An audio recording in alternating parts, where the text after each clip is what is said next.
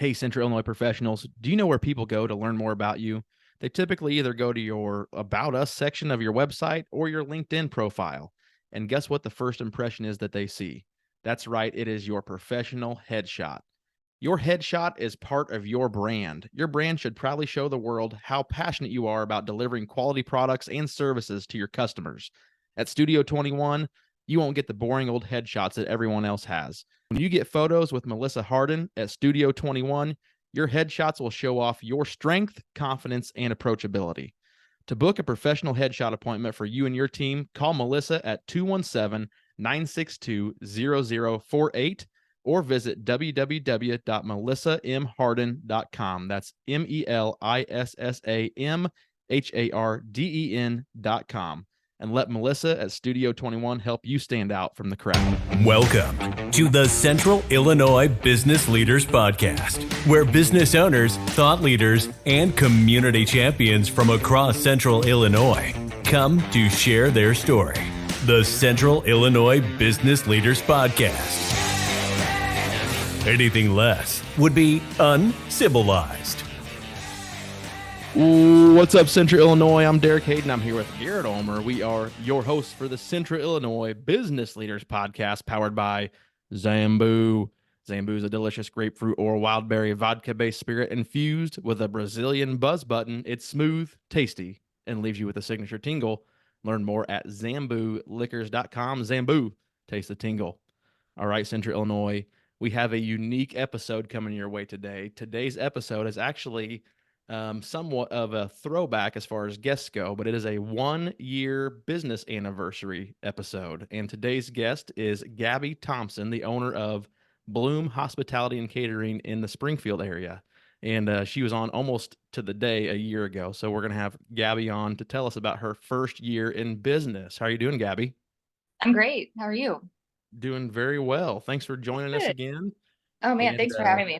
Yeah. I think this is where we need to stop the show for just a second. Derek, round of applause, right? Yep, exactly. Anybody that can get a business going and keep it going for a year. So much. Yeah, congratulations. Yeah. Thanks a lot. I really appreciate that. Yeah. So when you and I think Jim Along came to me a few weeks ago or maybe a month or so ago with the idea, and I'm like, let's roll with it. That'll be a cool episode. So awesome. Yeah. So you've been through our icebreaker questions before. And today we're going to ask 2, maybe 3. We'll see. We'll ask 3. We'll ask you 3 unique questions to kind of get the conversation started. So the first 2 are kind of silly. The third one's more business related. Okay. Got it. So, Gabi, I'll ask you first, and I'll have Garrett answer the second one. If you were going to be in a battle and you could take any animal with you to fight on your side, what animal would it be and why? Ooh, this is a good one. What animal? Battle. Gosh, really going all over the place. I want to say like an elephant. Okay. Because they're really big, and I feel like you can get on top of it and they smash. I don't know. I'm gonna go elephant. I'm gonna go a little weird on this one. That's a safe answer. All right. That's a safe answer. Nice. Garrett, what have you got? So I will take a lion. Okay. So I'm a big sports fan and I follow a lot of motivational stuff and speaking, and Ray Lewis, bad linebacker throughout the years in the NFL, always talks about the lion. He says the lion's not the fastest. They're not the biggest, but they by far have less fear than anything, and they're willing to strike at any time. So in the heat of battle, I'm taking a lion with me. Perfect. Yeah. Elephants are also good luck. So there you go. Yeah. I like it. Nice. Both are strong answers. I would not want to fight against you with either one of those animals. So, all right. Second question, Gabi, you're up first. We'll stick with the elephant theme. How many chickens would it take to take down an elephant? Oh my. At least I would say in the thousands, right? I mean, you're gonna have to have a flock. Big flock. I agree. Yeah. Yes. Garrett, what do you think? To take down a lion? To take down an elephant. Oh, to take down an elephant. Okay. Mm-hmm. Man, I don't know that there are enough chickens, to be honest with you. That's the problem. Yeah, we're going to have to say in that hundreds of thousands for sure. Yeah, absolutely. It'd be a See, process. I've always said maybe one, because like if you somehow could choke the elephant, just Yeah. just just get one in the right spot, and I don't know. I would That's like to see a chicken choke an elephant. I would too. Yeah. That'd be the good start of a joke right there, right? right. It really is. Yeah. Absolutely. All right. And last, more business related question, Gabby. Okay.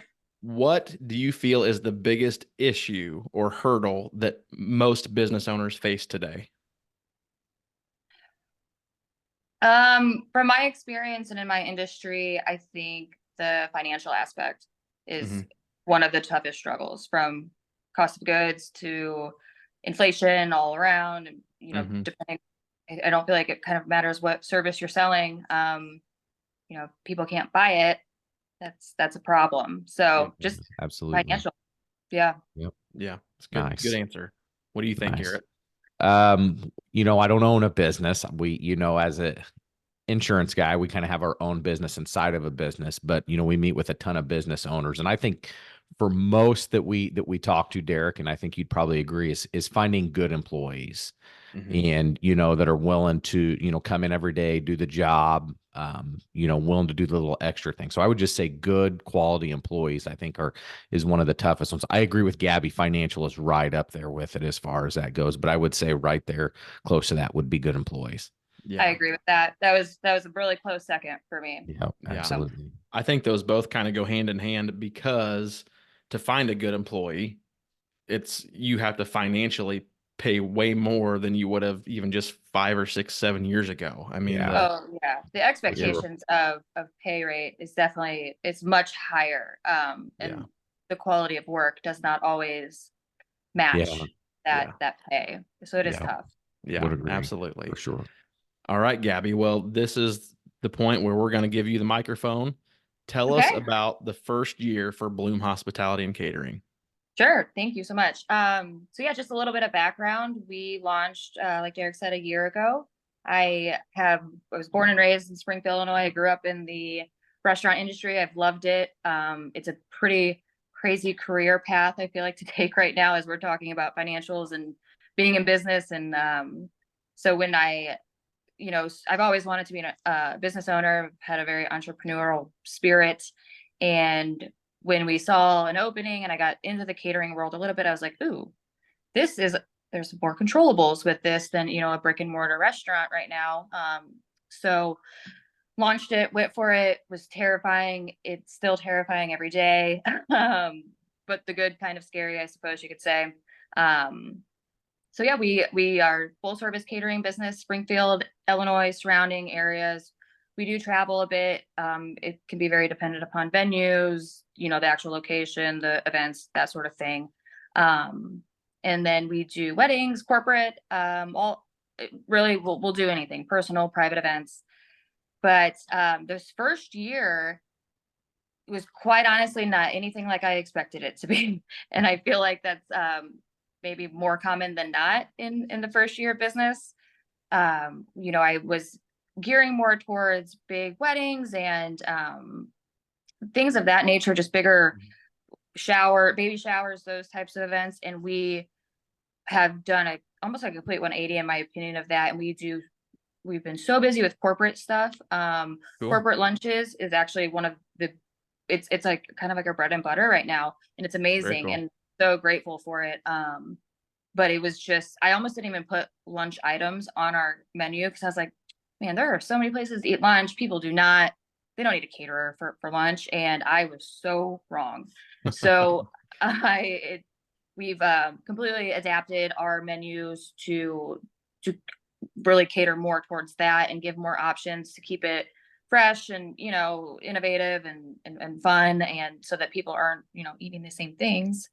But beyond that aspect of the food service, it's been a huge learning curve.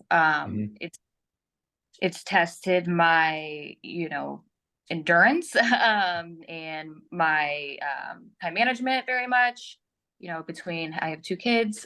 So, life doesn't stop outside of work. It's go, go, go. They're, very busy with sports, that sort of thing. And it's really, I've learned a lot about myself and had to handle different situations. And quite frankly, when I started this a year ago, it's like I almost don't even know who that person was, because it not in a bad or good way, I guess. It's just the things that I thought were going to be right or wrong.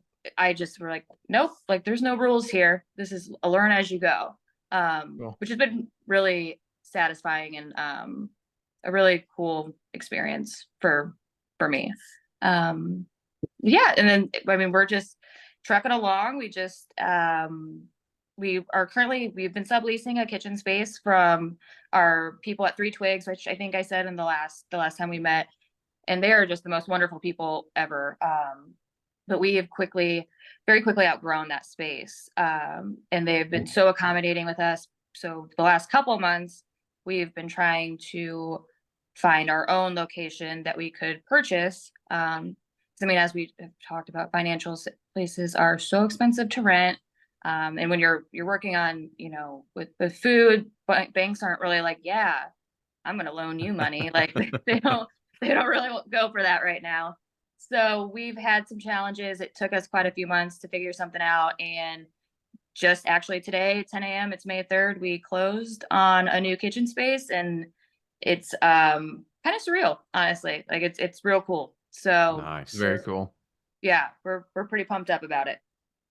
That's awesome. So I've got a lot of questions, but the first one I'll start with is, so it sounds like you have, like you said, you've done a 180 from what you initially thought you're going to be doing, a lot of like weddings and showers and that type of stuff, and now geared more towards the corporate side of things. Yeah. What would you say? Obviously, as a business owner, you have to be nimble and adapt to your marketplace. Mhm. How did you figure out that was more of a niche than you initially thought? So we got into this space pretty quickly, with some downtown businesses, and just from honestly talking to people, to other business owners or the management at these locations. We do a lot of like clinic work too, and it's kind of come from connections, from connecting with people in the community and talking to them, and asking questions, and just trying to be close with them. So I mean, really, it was kind of organic how it happened. Yeah. Yeah. Well, you think of it like a wedding. Mhm. Weddings aren't happening. Like, I don't get married every day, but I'm in the business every day. So Right. there's probably more opportunities for, the business events, and, the weddings are awesome, but, usually I hate to say one and done, but like you have But it's it an is though. occasional event. Yeah. Sure. Yeah. You're Yeah. right. And actually it's a fantastic point to make. We were just talking about this. John Huffman is my partner in business and life, and we were just like, man, I love doing weddings, and those special events for people, or retirement parties, or those typically one-time events in your life, right? Uh-huh. But that's just it. They're one time, and Uh-huh. to survive as a business, we need reoccurring clientele. And I just wasn't expecting, I just didn't think that would happen. And we have, probably half a dozen reoccurring departments that keep us very, very busy all month. And then we get to do these really fun, unique events outside of those, so it's like we're getting kind of the best of both worlds. But the corporate is just probably, I would say, like it's like the 85% of what we're doing right Very now. cool. So Very cool. yeah. Do you feel like the So- Illinois local group has been a big part of that too? Huge. Yeah, Gemma is great. Oh my gosh, the networking between that group is amazing. Even and as we like network with people in our community and other business owners, I'm not always doing that. You don't have to buy my you don't have to buy my services, right? And I don't have to buy yours, but maybe you're in a group conversation and they're like, man, I've really been looking for insurance. It's like, oh, dude, I know someone, like, Sure. pass your name along, or, hey, anyone know a caterer? It's like those types of people. It's just cool to have a community and networking groups that really advocate for you when you're not around. Yeah, absolutely. So Yeah. tell us a little bit about the year, because I'm sure that not everything was perfect. Maybe it was. No. So I think for most business owners out there, especially new ones or individuals looking to take on a new business, tell us maybe a little bit about some of the struggles that you had, and how you had to adapt and overcome those? We'll start off with, I mean, a big struggle, which has probably caused, I would say it's made my time not spent nearly as efficiently as I would like, is the space that we're in. And that's not anyone's fault.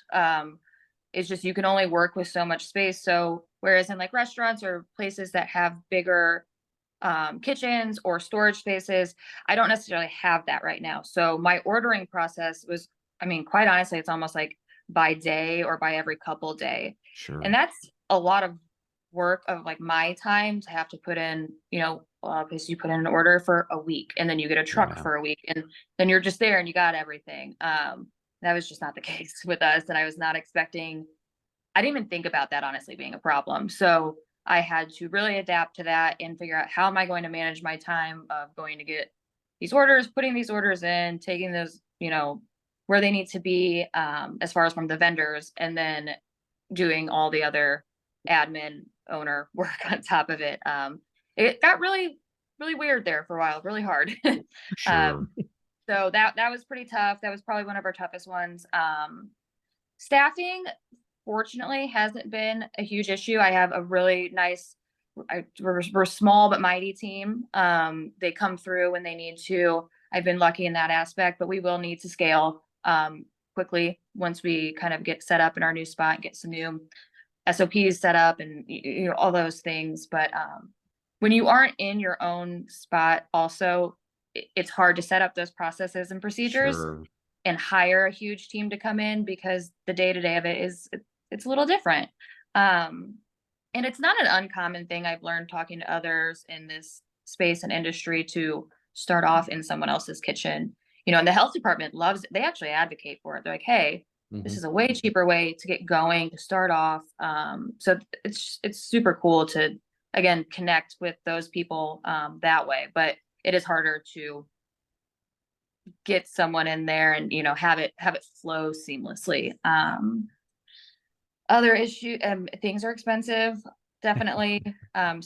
Space, moving things around. We could use a few vehicles for catering, and it's just it all comes down to just the convenience of things that I didn't think. I'm like, man, that would be really nice to have right now. Sure. But yeah, gosh, what other challenges? Just sleep deprivation and the normal things I think we all got to Sure. deal with. Yeah. Taking some time for yourself to recharge. Totally. That's been a struggle. Because it's kind of like, when do you find that time? Because there's always, Yeah. you get done with the job or done at work and you're like, oh, I got a couple days, and it's like, man, my house needs some love, or you got sporting events and kids, and trying to navigate all that has been challenging. With the kids, I always go with the approach of being transparent and staying in communication. My kids are a little bit older too. They're 10 and 14. So they can very well understand and see what I'm doing and see the outcome of it. So I think that helps a bit. Other than that, I mean, I feel like it's kind of just. That sounds like it was a cakewalk, right? Yeah, it's Easy. Everybody that was wanting to start a business is now rethinking it. No, I'm just kidding. Don't rethink it. Do it. It's so worth it. But yeah, that's awesome. Well, the one thing that you said there that I'm sure makes it easier is you have a strong team that's reliable. Yeah. And I know, kind of going back to what Garrett said, I feel like not every small business can say that right now. They're trying to get really creative of how to find and keep employees, or yes. a lot of, this isn't something that you could necessarily probably use, but I know a lot of businesses are using virtual assistants or virtual employees. And I know that's a unique hurdle in 2024. And Right. Kudos to you for building a strong team that's willing to stick their neck out and get it done for you. Yeah, I really appreciate that. I will tell you, and to be very honest and transparent, it's not a fear I don't have, especially as we start to grow. I've the restaurant industry and the hospitality industry is it's notorious for already having this issue. So maybe I'm just, my skin's a little bit tougher and a little bit more ready for it, just because I know how that turnover can be. But I wholeheartedly agree that it is more of an overall issue now than it has been in the last, like you said, 5 years. Yeah, Yeah, absolutely. So I've been watching, on social media since you and I first had the interview a year Yeah. ago. I try to keep up on what you're doing. One thing that I will tell you and our listeners is you have done an incredible job of like PR and like being in front of the public. So Thank you. I've seen articles. You were in a magazine, I think, not too long Yeah. ago. Yeah. So I'd like to hear how you go about staying on top of all that stuff, plus be a business owner in the day-to-day work, but then also being on social media and magazines and newspaper articles and blogs and all that type of stuff. What's up, Central Illinois? You know what you all need? Y'all need some CIBL podcast swag. And thanks to our newest sponsor, Jedco Sales, you can now find our swag at CIBLmerch.com. You can find t-shirts, sweatshirts, polos, hats, and more, all classically adorned with our famous CIBL podcast logo. If you want to represent and support your favorite podcast, check out CIBLmerch.com. That's CIBLmerch.com. If you like our store, you can also build your very own business swag store with the help of Jedco Sales in Effingham, Illinois. Jedco is owned by previous CIBL guests, Andrew and Laren Dial. They've set up a special discount offer for CIBL guests and listeners to set up your very own custom branded swag store. You can now offer branded apparel to your employees, customers, and fans, and Jedco will fulfill all the orders for you. Contact Jedco at sales@jedcosales.com. That's sales@JEDCO sales.com, and tell them that Garrett and Derek sent you. Let Jedco help you get noticed. Sure. Again, so back to the Gemma. Is my PR lady. She's the best. She works so hard for me and, for us, and we have a fantastic relationship. So she really does such a great job of finding opportunities that we can land.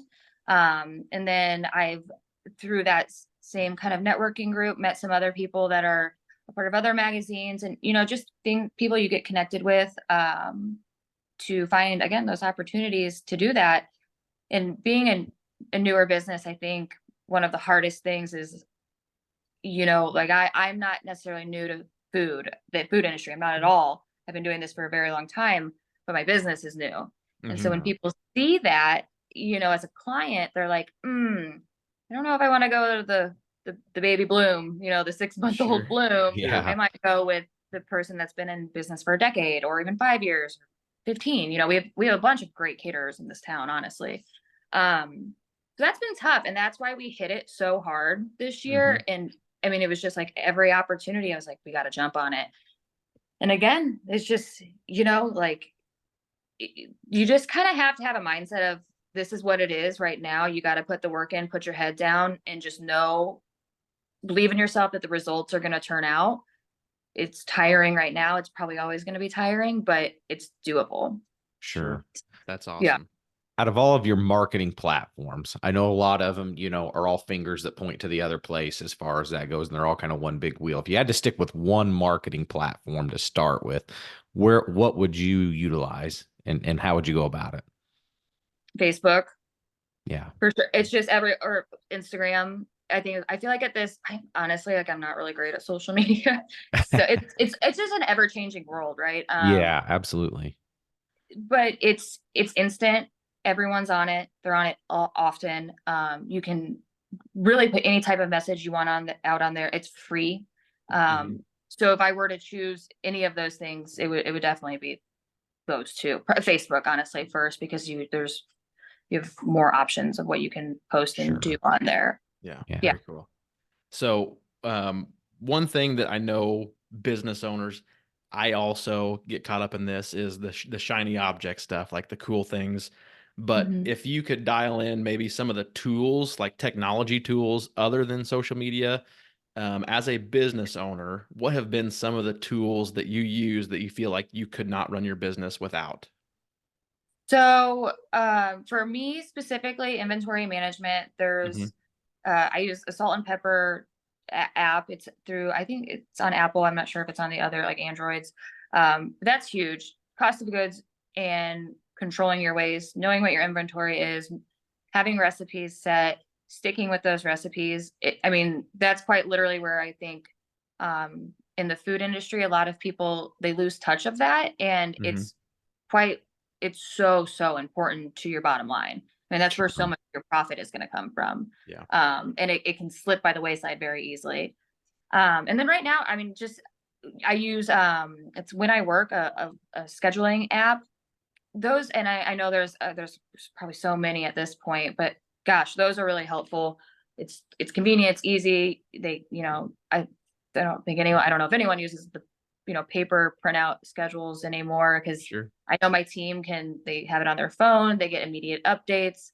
And catering, there's a lot of changes going on. So maybe, last minute, we always want to be accommodating of our clients and our guests. So if we have to get in there 2 hours earlier, it's like, hey guys, boom, change that, make sure they're all cool with it. But it's instant communication, which is really helpful.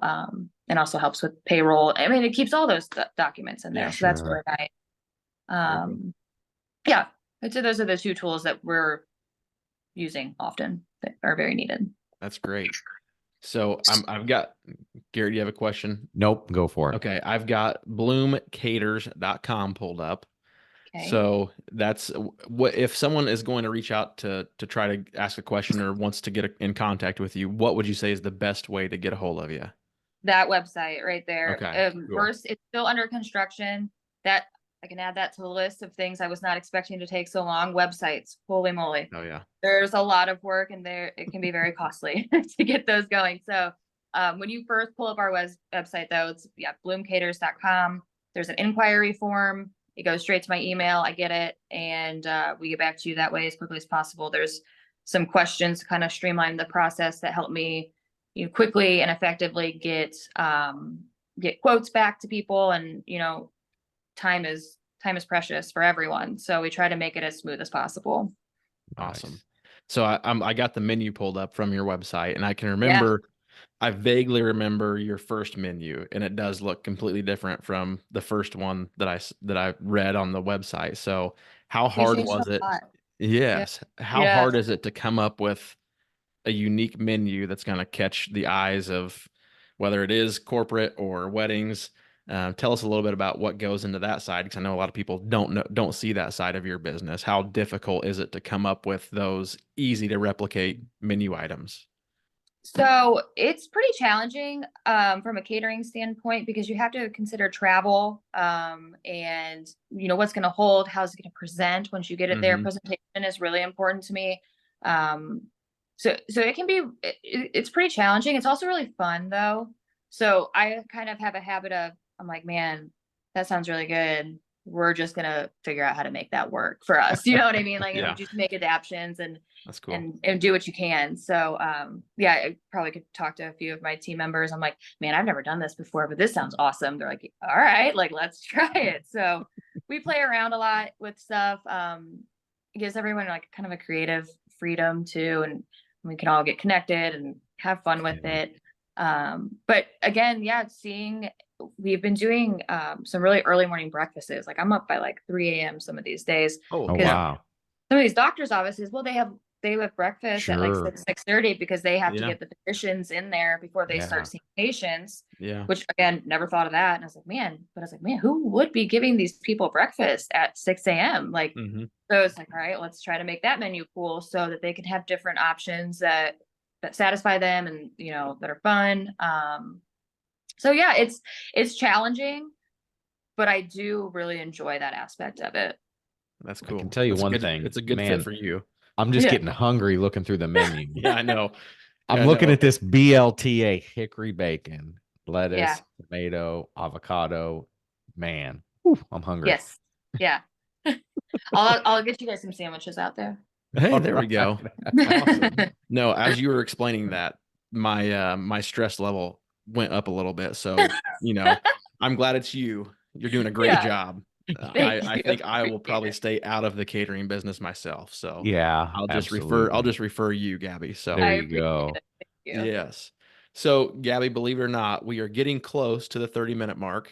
Before we jump off of here, I would like for you to talk directly to someone who is in your shoes or is in their first year or about to start their first business, can you give me maybe 1 to 3 recommendations that you have for people as they're getting ready to jumpstart into their own business?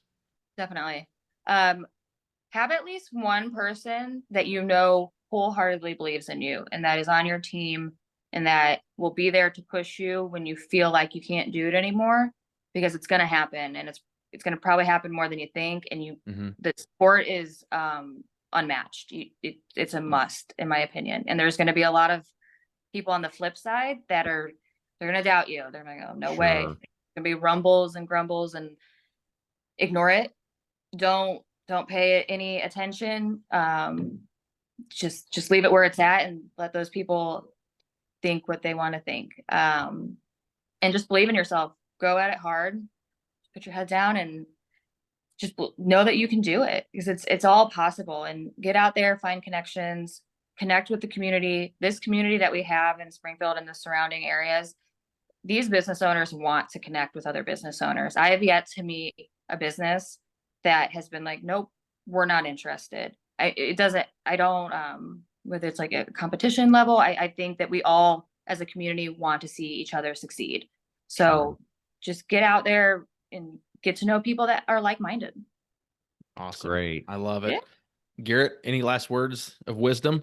No, I think that's great. I agree with you, Gabi. Let the doubters doubt, right? And Absolutely. In my experience, I think most time they're just jealous and too scared to make a move on their own sometimes. That's exactly what it is. They're stuck, and you're doing something that they wish they could be doing. So, and read some good books. There you go. Get a good library of books. There you go. That always helps. What are some So Garrett and I always ask, what books have you read or are you reading? I knew you were going to ask this too. I remember. So yes. I'm reading right now The 7 Habits of Highly Effective People by Stephen Covey. Have you guys read that one yet? I have not. It's awesome. It'll be put in the cart today. Sometimes books, in my opinion, they take a little bit to get going. I picked this one up. It's been hard to put down. It's awesome. Really? Nice. Yeah. Anyone listening too, go buy it now. It will change your perspective, and it will change you to be the most effective person that you can be. Awesome. In business and in life. Yeah, it's cool. Awesome. Well, make sure if you're listening and you're looking for a caterer, go to bloomcaters.com, reach out to Gabi, and she'll be able to hook you up with whatever lunch item, breakfast item, or dinner item that you want, and appetizers as well. Anything. Just go to her website and check it out. Thank you guys so much. No, thank you. Congratulations. Pleasure. Thanks for coming on the show.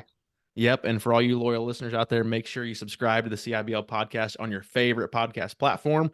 While you're there, please leave us a review. It'd be greatly appreciated. You can also find us on social media, mainly Facebook and LinkedIn. You can connect with Garrett and I there personally as well. Until next time, Gabi, you've officially been civilized.